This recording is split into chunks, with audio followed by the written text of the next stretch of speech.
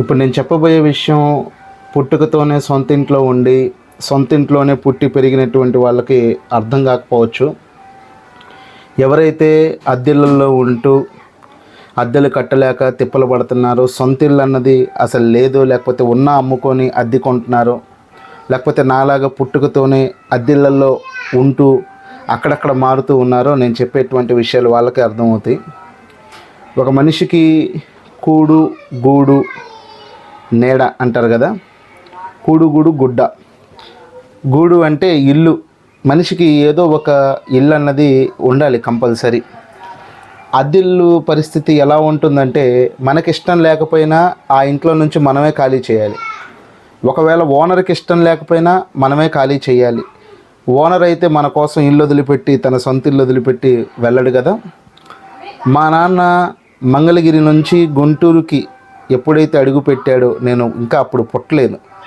ఆ గుంటూరు, పాత గుంటూరు, సుద్దపల్లి, డొంక ఏరియాలో అడుగు పెట్టినప్పుడు మా అక్క చాలా చిన్నగా ఉండేది. తనకి నాకు ఒక 10 సంవత్సరాల ఏజ్ గ్యాప్. తను పుట్టిన 10 ఏళ్ళకి నేను పుట్టాను.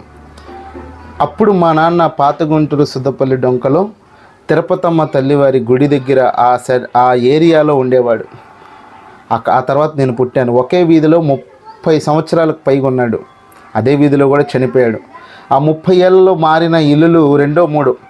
అది కూడా ఎందుకు మారాల్సి వచ్చిందంటే, అప్పట్లో ఒక నమ్మకం ఉండేది. అప్పట్లో కాదు, ఇప్పటికి కూడా చాలామందికి ఒక నమ్మకం ఉంది. అదేంటంటే, ఎక్కువ ఏళ్ళు ఒకే ఇంట్లో అద్దెకిస్తే వాళ్ళ సొంతం అయిపోతుంది, వాళ్ళు ఇల్లు తీసేసుకునేటువంటి అధికారం ఆ అద్దెకు ఉండేటువంటి వాళ్ళకు వస్తుంది అని చెప్పి అప్పట్లో జనాలు అనుకోవటం, ఓనర్లు అనుకోవటం, ఇది ఒక నమ్మకం ఉండేది. అలా ఒక 10 ఏళ్ళు ఒక పెంకుటింట్లో ఉన్నప్పుడు ఆయన ఎక్కడో మహారాష్ట్రలో వర్క్ చేసే ఆయన. ఆ తర్వాత ఆయనకి భయం వేసేసింది. 10 ఏళ్ళు ఉంటే ఇంకా వీళ్ళ సొంతం అయిపోతుందేమో, గవర్నమెంట్ వీళ్ళకి రాసిచ్చేస్తుందేమో అని చెప్పి భయపడి పరిగెత్తుకుంటూ వచ్చి ఆ ఇల్లు ఖాళీ చేయించాడు. ఆ తర్వాత డాబాలోకి వెళ్ళాం, అక్కడ కొన్నేళ్ళు ఉన్నాము. ఆ తర్వాత మా నాన్న చనిపోవటం, కొన్ని పరిస్థితుల రీత్యా మారిపోయి ఈ యానాది కాలనీ అనేది ఏదైతే ఉందో, ఇక్కడ ఒక 5-6 ఏళ్ల క్రితం వచ్చాను. ఇక్కడికి వచ్చిన తర్వాత ఎలా ఉందంటే పరిస్థితి, ఎన్ని ఇల్లులు మారానో నాకే తెలియదు. గతంలో మా నాన్న ఉండేటువంటి టైంలో బతిమలాడేవాళ్ళు, మా ఇల్లు ఖాళీగా ఉంది, మా ఇంట్లో ఉండొచ్చు కదండి సాయిబు గారు, మా ఇంట్లో ఉండొచ్చు కదా అని చెప్పి అలా అడిగేవాళ్ళు మా నాన్న బజ్జీల బండి దగ్గర. ఇప్పుడు అలా అడగటం అటుంచి ఎక్కడన్నా టూలెట్ బోర్డు చూసి ఫోన్ చేసినా, లేకపోతే గేటుకి వేలాడదీసినటువంటి టూలెట్ బోర్డు దగ్గరికి వెళ్ళి, ఏమండి అమ్మ అయ్యా ఇల్లు ఖాళీ ఉందా అని చెప్పి అడిగితే ముందు వాళ్ళ నోటి నుంచి వచ్చేటువంటి ప్రశ్న ఏంటంటే, మీరు ఎంతమంది ఉంటారు, చుట్టాలు వస్తారా రారా, గోడకు మేకులు కొడతారా లేదా, మీరు ఉద్యోగం చేస్తారా, వ్యాపారం చేస్తారా, కూలి చేస్తారా, ఎంత సంపాదిస్తారా, ఇవన్నీ అడగట్లేదు. మీరు ఏముట్లు అంటే మీ క్యాస్ట్ ఏంటి, మీ రిలీజియన్ ఏంటి, సాయిబులు మేము ఇయ్యం. ఇదొక మత పిచ్చి అనాలో, లేకపోతే వాళ్ళ ఇల్లు కాబట్టి వాళ్ళు ఇష్టం వచ్చినటువంటి వాళ్ళకి ఇచ్చేటువంటి రైట్ వాళ్ళకు ఉందని అనుకోవాలో ఏంటో నాకు తెలియదు. ఇప్పుడు ఎవరో ఒకళ్ళు ఇద్దరు ఏదో తప్పు చేశారు అని చెప్పి ఆ క్యాస్ట్ అంతా అంతే, ఆ రిలీజియన్ అంతా అంతే అనుకోవటం ఎంత మూర్ఖత్వం, ఎంత అమాయకత్వమో తెలియదు. ఉంటాయి ఒక్కొక్క రిలీజియన్ని బట్టి, ఒక కులాన్ని బట్టి వాళ్ళకు ఉండేటువంటి సాంప్రదాయాలు వాళ్ళకు ఉంటాయి. కానీ ఏమవుతుందంటే పరిస్థితి, ఆ ఇల్లు అడిగినప్పుడు నువ్వు ముస్లిం అనేటువంటి ఒకే ఒక కారణంగా మేము ఇల్లు ఇయ్యం, లేకపోతే నువ్వు క్రిస్టియన్ అనేటువంటి కారణంతో ఇల్లు ఇయ్యం, నువ్వు హిందూ అనేటువంటి కారణంతో ఇల్లు ఇయ్యం అన్నది అది ఎంతవరకు కరెక్టో ఆ ఇంటి ఓనర్స్ ఒకసారి ఆలోచించాలి. ఇలా మా కులం వాళ్ళకి ఇచ్చుకుంటాం, మా మతం వాళ్ళకి ఇచ్చుకుంటాము అని అనుకుంటే ఇంకా వేరే కులం వాళ్ళు, వేరే మతం వాళ్ళు ఎక్కడ బతకాలి అది కూడా ఒకసారి ఆలోచించాలి. భూమి ఉన్నది ఇంత, జనాభా ఉన్నది ఇంత, అందులో చాలామందికి సొంత ఇల్లులు ఉండవు. మరి వాళ్ళందరి పరిస్థితి ఏంటి? హైవేల మీద, చెట్టు కింద, కొండల్లో వెళ్ళి బతకలేము. ఇల్లు కావాలి, అది రేకుటిల్లో, పెంకుటిల్లో, ఏదో డాబానో కావాలి. మరి ఈ విధంగా మా క్యాస్ట్ చూసి ఇస్తాము, మతం చూసి ఇస్తాము అనేటువంటి వాళ్ళు కొంతమంది మూలంగా ఇళ్ళు అన్నవి ప్రాబ్లం అయిపోయాయి. రెండోది, ఈ ఓనర్స్ ఎవరైతే ఉన్నారో కొంతమంది అద్దెకి కంట్రోల్ లేదన్నమాట. వాళ్ళ ఇష్టం. ఒకళ్ళు 10,000 అంటారు, రేకులింటికి కూడా 5,000కి తక్కువ లేదంటే మీరు నమ్ముతారా? ఈ యానాది కాలనీలో తక్కువ తక్కువ తక్కువ అని చెప్పి ప్రతి ఒక్కళ్ళు ఇక్కడ స్థలాలు కొని ఇల్లులు కట్టడం, ప్రతి ఒక్కళ్ళు సుద్దపల్లి, డొంకల నుంచో ఎక్కడెక్కడోళ్ళు ఇక్కడ రెంట్కి రావటం మూలంగా ఏమైందంటే ఇక్కడ కూడా డిమాండ్ పెరిగిపోయి ఇప్పుడు ఇక్కడ కూడా స్థలం కానీ, ఇల్లు కానీ, లేకపోతే అద్దె ఇల్లు కానీ ఏది కూడా తక్కువలో వచ్చేటువంటి పరిస్థితి అన్నది లేదు. మినిమం రేకుల ఇంటికి ఒక 5,000, డాబా అయితే 6-7,000. ఇంకా డబుల్ బెడ్రూమ్ కావాలి అంటే దొరకటం కష్టం. ఒకవేళ దొరికినా కానీ 8,000, 10,000 ఆ ఉండేటువంటి లావిష్నెస్ని బట్టి, లగ్జరీని బట్టి చెప్తూ ఉన్నారు. సరే, ఇంత ఇల్లు అద్దెకి తీసుకొని ఇన్ని వేలు ఖర్చు పెట్టి నెల నెల అద్దెలు కడుతూ ఉంటే ఏమైనా స్వేచ్ఛ ఉంటుందా అంటే, గోడకు మేకులు కొట్టకూడదని ఒకళ్ళు అంటారు, గోడ మీద గీతలు గీయకూడదని ఇంకొకళ్ళు అంటారు, చుట్టాలు బంధువులు ఇంటికి రాకూడదని ఇంకొకళ్ళు అంటారు.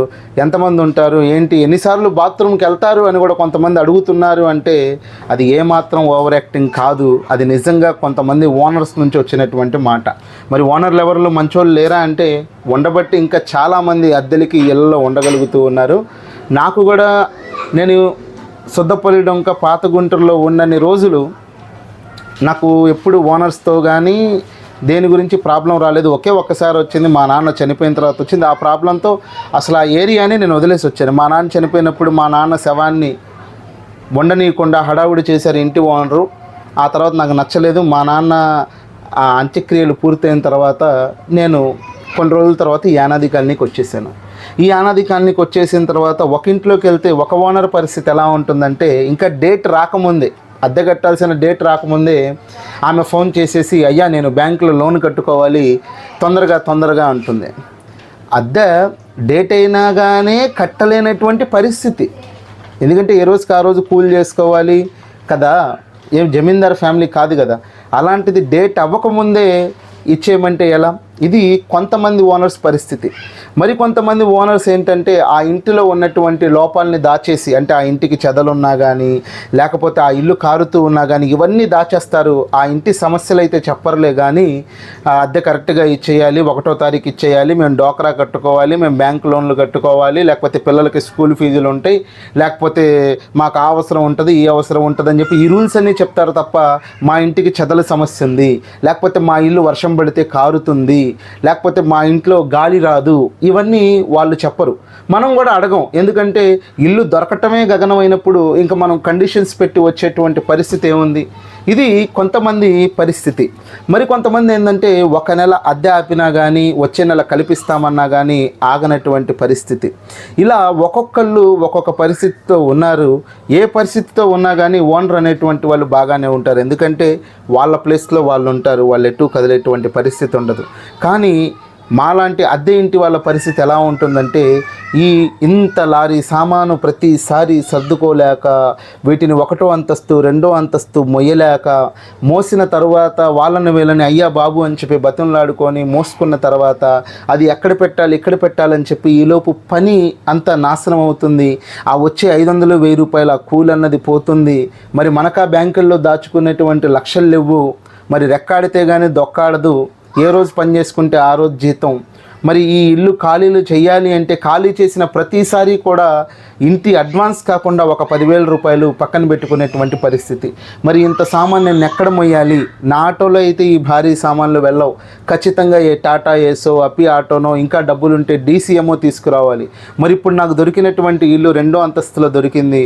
మరి ఆ 2వ అంతస్తులో ఈ టేబుళ్ళు, ఈ కుర్చీలు, ఈ బల్లలు, లేకపోతే ఈ ఫ్రిడ్జ్, బీరువా, ఇదంతా నేను మొయ్యలేనటువంటి పరిస్థితి. నా ఆరోగ్యం అంతంత మాత్రం. మరి ఇంట్లో నేను తప్ప మిగతా మగవాళ్ళు ఎవరూ లేరు, ఆడవాళ్ళు ఉన్నారు, వాళ్ళు కూడా మొయ్యలేనటువంటి పరిస్థితి. మరి ఏం చేయాలి అని చెప్పి ఆలోచించి, ఒక ప్యాకర్స్ మూవర్స్, అంటే మొత్తం వాళ్ళే ప్యాక్ చేసి ఆ లారీల్లో కూడా వాళ్ళే వేసుకొని, మళ్ళీ వాళ్ళే మనం లొకేషన్లో మనం అద్దెకి తీసుకుని ఇంట్లో షిఫ్ట్ చేస్తారు కదా, వాళ్ళని పిలిస్తే వాళ్ళు 7,500 రూపాయలు అడిగారు. వాళ్ళు అడిగింది ఎక్కువ కాదు, ఎందుకంటే సామాను ఉంది. వాళ్ళు పై నుండి కిందకి దించాలి, మళ్ళీ కింద నుండి 2వ అంతస్తులకు మొయ్యాలి. ఏదన్నా మెట్ల మీద పట్టకపోతే బీరువాలు అవి ఏవైతే ఉన్నాయో మంచాలు, వాటిని తాళ్ళు పట్టుకొని లాగాలి. మరి జాగ్రత్తగా ఉండాలి. మరి ఏ నష్టం జరిగినా తిరిగి వాళ్ళే డబ్బులు చెల్లించాల్సి ఉంటుంది. వాళ్ళకి కూలే పడుతుంది ఒక 500, 1000 రూపాయలు. మరి ఆ తెచ్చినటువంటి ఏదైతే డీసీఎం ఉందో దానికి అద్దెలు ఇచ్చుకోవాలి, డీజిల్ కొట్టించుకోవాలి. వాళ్ళేం ఎక్కువ అడిగారని నేను అనట్లా. నేను ఏదన్నా ఒక 4,000, 5,000 నేను ఎక్స్పెక్ట్ చేశాను. అది నా దగ్గర మనీ లేదు, వాళ్ళని వీళ్ళని అడుగుతూ ఉన్నాను. కానీ 7,500 అనేసరికి ఇప్పుడు అంత అమౌంట్ పెట్టేటువంటి స్థాయి నాది కాదు. కాబట్టి నేను దానికి ఏం సమాధానం చెప్పలేక ఆలోచించి చెప్తాను అని ఒక మాట సాకు మాత్రమే చెప్పాను. ఎందుకంటే 7,500 రూపాయలు అంటే మనం ఏం మోసే పని ఉండదు. వాళ్ళే మొత్తం కిందకి దించుకొని లారీలో ఎక్కించుకుంటారు. ఆ తర్వాత మనం చూపించిన ఇంట్లో ఆ 2వ అంతస్తులో మొత్తం చక్కగా వాళ్ళు పెట్టేసి వెళ్ళిపోతారు. ఆ తర్వాత నిదానంగా మనకు కావాల్సినటువంటి పరిస్థితుల్లో మనం సర్దుకోవచ్చు. ఎనర్జీ సేవ్ అవుతుంది, మనీ కూడా ఇబ్బంది లేకుండా ఉంటుంది, మన పనులు మనం తొందరగా చేసుకోవచ్చు. అన్నీ బాగానే ఉన్నాయి, కానీ అసలుదే బాగోలేదు. అదే ఆ మనీ అన్నది ఇవ్వలేనటువంటి పరిస్థితి. ఎందుకంటే ఇల్లు మారిన ప్రతిసారి సంవత్సరానికి 4 ఇల్లులు మారితే ఏ కారణం చేతైనా 40-50 వేలు ఈ మారినందుకు పై ఖర్చు అవుతుంటే అసలు మనం ఎంత, మన సంపాదన ఎంత, మన బతుకులు ఎంత? గట్టిగా ఏదన్నా జ్వరం వస్తే, దగ్గు వస్తే, జలుబు వస్తే ఆర్ఎంపీ డాక్టర్ దగ్గరికి కూడా వెళ్ళి చూపించుకోలేనటువంటి పరిస్థితుల్లో ఉన్నప్పుడు మరి ఇల్లు మారిన ప్రతిసారి కూడా మరి వేలు ఎక్కడి నుంచి తీసుకొని రావాలి? సంపాదన ఎంత, బతుకెంత? గవర్నమెంట్ ఉద్యోగాలు లేవు, లక్షల లాభాలు తీసుకొచ్చేటువంటి వ్యాపారాల్లో ఉన్నది పాత సెకండ్ హ్యాండ్ ఆటో, అది కూడా వారానికి 10 రిపేర్లు వచ్చేది, దాంతోనే జీవనం గడుపుతూ ఉన్నా. ఇదంతా నేను ఎందుకు చెప్తున్నానంటే, ఒక సొంత ఇల్లు లేకపోతే ఈరోజు ప్రజెంట్ సొసైటీలో ఎలాంటి పరిస్థితి ఎదుర్కోవాల్సి వస్తుంది అనేటువంటి దానికి ఇది మొత్తం కూడా ఒక ఉదాహరణ. ఇప్పుడు ఇంకో ఇంటికి వెళ్తాను, ఆ ఇంటి పరిస్థితి నాకు నచ్చకపోయినా, ఆ ఇంట్లో నాకు ఏదన్నా ఇబ్బంది కలిగినా, లేకపోతే నా మూలంగా ఓనర్స్కి ఏదన్నా ఇబ్బంది కలిగినా నేనే ఖాళీ చేయాలి. వాళ్ళు నా కోసం వాళ్ళ సొంత ఇంటిని వదిలిపెట్టి నువ్వు మా ఇంట్లో ఉండు బాబు, మేమే వేరే చోట అద్దెకి తీసుకొని ఉంటాము అని చెప్పరు కదా. అది ఇంపాసిబుల్ కదా, అది ఫూలిష్నెస్ కదా. అదే మనకంటూ ఒక సొంత ఇల్లు అనేది ఉంటే, అంటే ఇప్పుడు ఈ ఆటో తోలి, ఈ రిపేర్లు ఆటో పెట్టుకొని దీన్ని తోలి సొంత ఇల్లు కాదు కదా, అద్దె కడతమే మహా కష్టం. నేను నా గురించి చెప్పట్లా. సొంత ఇల్లు ఒకవేళ ఉంటే గంజి తాగినా, తిన్నా తినకపోయినా ఆ ఇంట్లో పడి ఉండొచ్చు.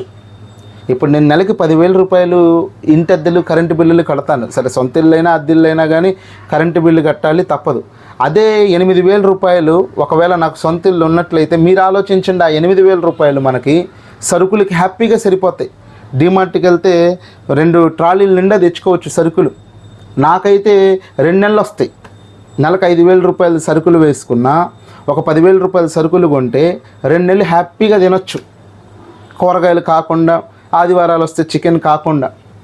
మరి అదంతా పోతుంది కదా. మరి సొంత ఇల్లు మరి ఇప్పుడు కట్టగలవా అంటే, ఇప్పుడున్నటువంటి సంపాదనను బట్టి ఏంటంటే ఈ రిపేర్ల ఆటోనో, లేకపోతే అప్పుడు అమావాస్య పౌర్ణమికి వచ్చేటువంటి ఈ 1,000-2,000 ప్రమోషన్తో సొంత ఇల్లు కాదు కదా, అద్దె కడతాం కూడా కష్టం. ఆ విషయం నాకు తెలుసు. మరి ఎలా అంటే సంపాదన పెరిగితే, ఆ చుట్టుపక్కల ఉన్నటువంటి బాకీలు తగ్గించుకోగలిగితే అప్పుడు ఏదన్నా మేబీ ఛాన్స్ ఉండొచ్చేమో. కానీ కొంతమంది ఓనర్ల ప్రవర్తన ఎలా ఉంటుందంటే, సొంత ఇల్లు ఉంది అని చెప్పి సంతోషపడతాం అటుంచి కొంచెం అహంకారంగా ప్రవర్తిస్తూ ఉంటారు. రోజులన్నీ ఒకేలాగా ఉండవు, ఓడలు బళ్ళు అవుతాయి, బళ్ళు ఓడలు అవుతాయి.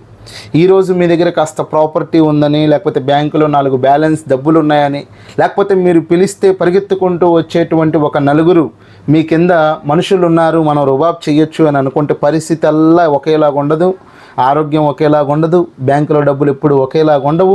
పరిస్థితి మారిపోతుంది. బ్యాంకులో ఉన్న డబ్బులు అయిపోవచ్చు, ఒంట్లో ఉన్న శక్తి అయిపోవచ్చు. మనం ఫోన్ చేయగానే పరిగెత్తుకుంటూ తగాదలాడేటువంటి ఆ 4 ఫోన్లు ఎత్తకపోవచ్చు, పిలిచినా రాకపోవచ్చు. ఏదో ఒక పెద్ద రోగం వచ్చి ఆ ఉన్నటువంటి ఇల్లు కూడా అమ్ముకునేటువంటి పరిస్థితి రావచ్చు. ఈ మాట నేను ఎవరికి చెప్తున్నానంటే, అందరి ఓనర్స్కి కాదు, ఎవరైతే అద్దెకు ఉండేటువంటి వాళ్ళని ఇబ్బంది పెడుతూ ఉంటారో అటువంటి వాళ్ళకి నేను చెప్పాలనుకున్నాను. ఇప్పుడు నేను చెప్తే మారిపోతారా అంటే ఎవరు మారరు, కానీ నా నోటి తృప్తి ఒకటి ఉంటుంది కదా, అదే సెల్ఫ్ సాటిస్ఫాక్షన్ అంటారు కదా, దానికోసం చెప్తా ఉన్నాను. ఈ యానాది కాలనీకి వచ్చిన తర్వాత ఇది నేను మారేటువంటి ఇల్లు సుమారు ఇది 6దో 7దో అనుకుంటాను మేబీ. ఎందుకయ్యా ఇన్ని మారాల్సి వచ్చింది అంటే, మారాలని మాకేం కోరిక లేదు. మేము సుద్దపల్లి డొంకలో ఉన్నప్పుడు పాత గుంటూరు ఏరియాలో చెప్పాను కదా, మారింది 2 ఇల్లులు 30 ఏళ్లలో. మరి ఆ తర్వాత ఇప్పుడు మారాల్సినటువంటి పరిస్థితి ఎందుకు జరుగుతూ ఉంటే, అద్దెలు పెంచేయటం, రూల్స్ అండ్ రెగ్యులేషన్స్ ఎక్కువగా పెట్టేయటం. అంటే మనం 8,000 రూపాయలు, 9,000 రూపాయలు, 10,000 రూపాయలు ఇంటికి అద్దెలు కట్టుకుంటూ కూడా మనకు ఫ్రీడమ్ లేకపోవటం. ఫ్రీడమ్ అంటే ఏంటి? మనమేమి ఇంట్లో చెయ్యకూడని పనులు ఏం చెయ్యం. అంటే వ్యభిచారాలు చేసేయటం, బ్రోతల్ హౌస్ నడిపేయటం, లేకపోతే ప్యాకాట్లు ఆడేయటం, లేకపోతే తాగి ఇంట్లో గొడవలు చేసేయటం, ఇవన్నీ చెయ్యం. అవన్నీ చేయకపోయినా కొంతమంది ఓవర్గా రూల్స్ అండ్ రెగ్యులేషన్స్ పెట్టేస్తారు. అంటే ఈ టైంకే రావాలి, అంటే ఆటో తోలేవాడికి ఒక టైమింగ్ ఏమి ఉండదు. వాడికి ఎప్పుడు బాడిగలు వస్తే అప్పుడు పరిగెత్తాల్సి వస్తుంది. ఎప్పుడు ఫోన్లో ర్యాపిడోలో ఆర్డర్ మోగితే అప్పుడు పరిగెత్తాల్సి వస్తుంది. అది వచ్చినప్పుడు మనం పోవాలి. మనం పోవాలనుకున్నప్పుడు అది రాదు. ఏంటి ఆ గోడలకు మేకులు కొట్టకూడదు. ఇప్పుడు ఒక అద్దం మనం పెట్టుకోవాలి, మరి గోడకు మేకు కొట్టకపోతే ఏం కొట్టాలి చెప్పండి? ఒక స్టాండ్ అలా నిలబెట్టాలి, మరి గోడకు మేకే కొట్టుకోవాల్సి వస్తుంది కదా. ఆ తర్వాత ఓనర్లు ఆ నష్టాన్ని భరించుకోవాలి. ఎందుకంటే నెల నెల అద్దె తీసుకుంటున్నారు కదా, 8,000 10,000 అద్దె తీసుకున్నప్పుడు గోడకు ఒక మేకు కొట్టినప్పుడు దానికి బొక్కపడినప్పుడు కొంచెం సిమెంట్ మీరు పూసుకోవాలి. మేమైతే అద్దెలైతే అనుభవిస్తాంలే కానీ మరి ఇంటి ఖర్చు మేమేమి పెట్టుకోమంటే ఎలా? ఒక ఇంట్లోకి వెళ్తే ఒక చోట ఒక ఇల్లు దొరికింది, డబుల్ బెడ్రూము, పైన కింద ఎవరు ఉండరు, ఓనర్ కూడా దగ్గర ఉండరు అని చెప్పి హడావుడిగా వెళ్ళిపోయాం. ఆ ఇంట్లో అయితే బాత్రూంలో ట్యాప్లో నుంచి నీళ్లు రానటువంటి పరిస్థితి. ఒకసారి ప్లంబర్ని పిలిచి చూపిస్తే 5,000 రూపాయలు అవుతాయి అన్నాడు ప్లంబర్. ఆ సామాన్లకు కానీ తను చేసినటువంటి సర్వీస్ ఛార్జీకి కానీ మొత్తం. ఆ ఓనర్ గారికి ఫోన్ చేసి అమ్మ ఇది సమస్య అని చెప్తే, మీరే పెట్టుకోవాలయ్యా, మా ఇంట్లో ఎంతమంది అద్దెకున్నారో ఏదైనా రిపేర్లు వస్తే వాళ్ళే పెట్టుకునేవాళ్ళు, మీరే పెట్టుకోవాలి, మీ ఇంటికి నేను ఎందుకు పెట్టుకుంటానండి? ఏదన్నా ఒక 100 200 అయితే అరే 100 200 కదా ఏం అడుగుతాంలే అని చెప్పి పెట్టుకున్నా ఒక అర్థం ఉంది. 5,000 రూపాయలు నేను ఎలా పెట్టుకుంటాను? పోనీ అద్దెలు ఏమన్నా తగ్గిస్తారా? తగ్గిరు. మీ ఇంటికి నేను ఎందుకు ఖర్చు పెడతాను? నాకేం మీరు ఇల్లు రాసి ఇవ్వట్లేదు కదా, నేను ఉన్నన్ని నాళ్ళు మీకు అద్దెస్తాను, అద్దె తీసుకుని మీరు నాకు ఉండనిస్తారు. మరి మీ ఇంట్లో ఏదైనా రిపేర్లు వస్తే దానికి నేను ఖర్చు పెట్టడం ఏంటి? ఎంత ఇది అంటే ఈ సామాన్లు మార్చుకోవటం, లేకపోతే మారిన ప్రతిసారి 1,000 ఖర్చు అవుతాయి, ఇవన్నీ ఏడ మోస్తామనుకొని వాళ్ళే పెట్టుకుంటారులే చచ్చినట్టు అని చెప్పి వాళ్ళు అనుకోవటం. అంటే ఆ అద్దెకుండేటువంటి వ్యక్తి యొక్క పరిస్థితిని చూసి బలహీనతని చూసి ఆడుకోవటం అన్నమాట. మరి ఇది ఎంతవరకు కరెక్టో ఇలా బిహేవ్ చేసేటువంటి కొంతమంది ఓనర్లు, ఈ పెద్ద మనుషులని పిలువబడేటువంటి వాళ్ళు ఆలోచించుకోవాలి. ఆ రోజుల్లో పెద్దవాళ్ళు కొననటువంటి పరిస్థితి, ఈ రోజుల్లో కొనాలన్నా కానీ కొనలేనటువంటి పరిస్థితి. మరి ఈ పరిస్థితుల మధ్య ఈ బాధపడేటువంటి పరిస్థితి అయితే తప్పదు. అపార్ట్మెంట్కి వెళ్ళు, లేకపోతే 2 టౌన్ వెళ్ళి బృందావన గార్డెన్స్లో పెద్ద విల్లా ఒకటి అద్దెకి తీసుకో, లేకపోతే మారుమూల గుడిసెలోకి వెళ్ళు, ఎక్కడికి వెళ్ళినా కానీ ఈ రూల్స్ ఉంటాయి, కండిషన్స్ ఉంటాయి, ఇవైతే తప్పవు. అద్దె బ్రతుకు అంటే అంతే. నీకు నచ్చినా నచ్చకపోయినా, వాళ్ళకు నచ్చినా నచ్చకపోయినా అద్దెకు ఉండేటువంటి వ్యక్తే వెళ్ళాల్సి వస్తుంది. వెళ్ళిన ప్రతిసారి సామాన్లు మోసుకోవటానికి ఎంతో శ్రమ పడాల్సి వస్తుంది. ఆ సామాన్లు షిఫ్ట్ చేయటం కోసం ఎంతో డబ్బుని ఖర్చు పెట్టాల్సి వస్తుంది, పని మానుకోవాల్సి వస్తుంది. కాబట్టి ఇల్లు మారేటప్పుడు మ్యాక్సిమం 1కి 10 సార్లు అక్కడికి నేను వెళ్తున్నాను, ఆ వెళ్ళేటువంటి చోట ఇంటి పక్కనోళ్ళు, ఇంటి ఎదురోళ్ళు ఎలాంటి వాళ్ళు తగాదలు ఆడేటువంటి వాళ్ళ, కుళ్ళుబోతుల, లేకపోతే కుట్రలు పన్నేటువంటి వాళ్ళ, లేకపోతే మంచి మనసు కలవాళ్ళు అయ్యున్నారా అని చెప్పి 1కి 10 సార్లు ఆలోచించాలి. ఎందుకంటే ఒక చోట ఇంటికి అద్దెకి మనం వెళ్ళిన తరువాత ఇంటి ఓనర్లు మంచి వాళ్ళు కాకపోయినా, ఇంటి పక్కన వాళ్ళు తగాదల వాళ్ళైనా, ఇంటి ఎదురు వాళ్ళు తగాదల వాళ్ళైనా ఆ టార్చర్ ఎలా ఉంటుంది అంటే అది చెప్పలేనటువంటిది అన్నమాట. కాబట్టి మ్యాక్సిమం మొత్తం తెలుసుకోలేకపోయినా కొంచెం తెలుసుకునేటువంటి ప్రయత్నం చేస్తే బాగుంటుంది. ఇప్పుడు ఉదయం నుంచి ఈరోజు సర్దటం మొదలుపెట్టాము, ఒక 20% అయింది. ఇప్పుడు డబ్బులు చూసుకొని ఆ అప్పి ఆటోని పిలిచిన తర్వాత కొన్ని సామాన్లు నా ఆటోలో వేసుకొని వెళ్ళి మరి అది 2వ అంతస్తుకు మొయ్యాలి. మరి ఆ మోసేటువంటి ఓపిక పరిస్థితి నాకైతే లేదు. మరి మనుషుల కోసం ఎదురు చూస్తున్నాను. మరి మనుషులు అరేంజ్ అయిన తర్వాత మరి దాన్ని కూడా సామాన్లు షిఫ్ట్ చేసేటువంటి పరిస్థితి. మరి వీటన్నిటికీ ఎంతో డబ్బు కావాలి, టైం కావాలి, శ్రమ కావాలి, మ్యాన్ పవర్ కావాలి. ఇది పరిస్థితి. కాబట్టి నాలాగా తొందరపడి ఏ ఇంట్లోకి పడితే ఆ ఇంట్లో వెళ్ళిపోయి మీ సమయాన్ని, డబ్బుని, మనశ్శాంతిని నష్టపోకుండా ఒక ఇల్లు మారేటప్పుడు ఓనర్లు ఎన్ని ప్రశ్నలు అయితే మనల్ని అడుగుతున్నారో, ఎంతమంది ఉంటారు, ఏ టైంలోకి వస్తారు, ఉద్యోగమా, వ్యాపారమా, చుట్టాలు వస్తారా, బంధువులు వస్తారా, ఇంటికి మేకులు కొడతారా, ఎంతమంది ఉంటారు, ఎన్నిసార్లు తింటారు, ఎన్నిసార్లు బాత్రూమ్కి వెళ్తారు, మీ క్యాస్ట్ ఏంటి, రిలీజ్ ఏంటి అని చెప్పి ఎన్ని ప్రశ్నలు అయితే మనల్ని అడుగుతున్నారో మనం కూడా మీ ఇంటికి చెదలు ఉందా, వాటర్ వస్తుందా, మున్సిపాలిటీ వాటర్ వస్తుందా, బోర్ ఉందా, కేబుల్ ఉందా, నెట్ ఉందా, అది ఉందా, ఇది ఉందా అని చెప్పి మనం కూడా అడగాలి. ఎందుకంటే ఇంటర్నెట్ లేకపోతే బతకలేం, టీవీ లేకపోతే బతకలేం, నీళ్ళు రాకపోతే బతకలేం. ఇవన్నీ కూడా డైలీ నీడ్స్ కదా, ఇవి లేకపోతే బతకలేం. కాబట్టి వీటన్నిటిని కూడా మనం చెక్ చేసుకొని వెళ్ళాలి. ఇది నా పరిస్థితి అయితే, నా అద్దెంటి పరిస్థితి అయితే. నేనైతే పెద్ద ఉదయం నుంచి సర్దింది ఏమీ లేదు, ఎందుకంటే నా హెల్త్ కూడా అంతంత మాత్రంగా ఉంది. ఇంట్లో వాళ్ళే సర్దుకున్నారు. అయినా సరే వాళ్ళ శ్రమని చూసినప్పుడు గతంలో నేను కూడా చాలాసార్లు సర్దుకున్నాను కాబట్టి నాకు కూడా బాధ అనిపిస్తుంది. ఏది అనిపించినా తప్పదు, అద్దె బతుకంటే ఇంతే. ఓకే, ఉంటా.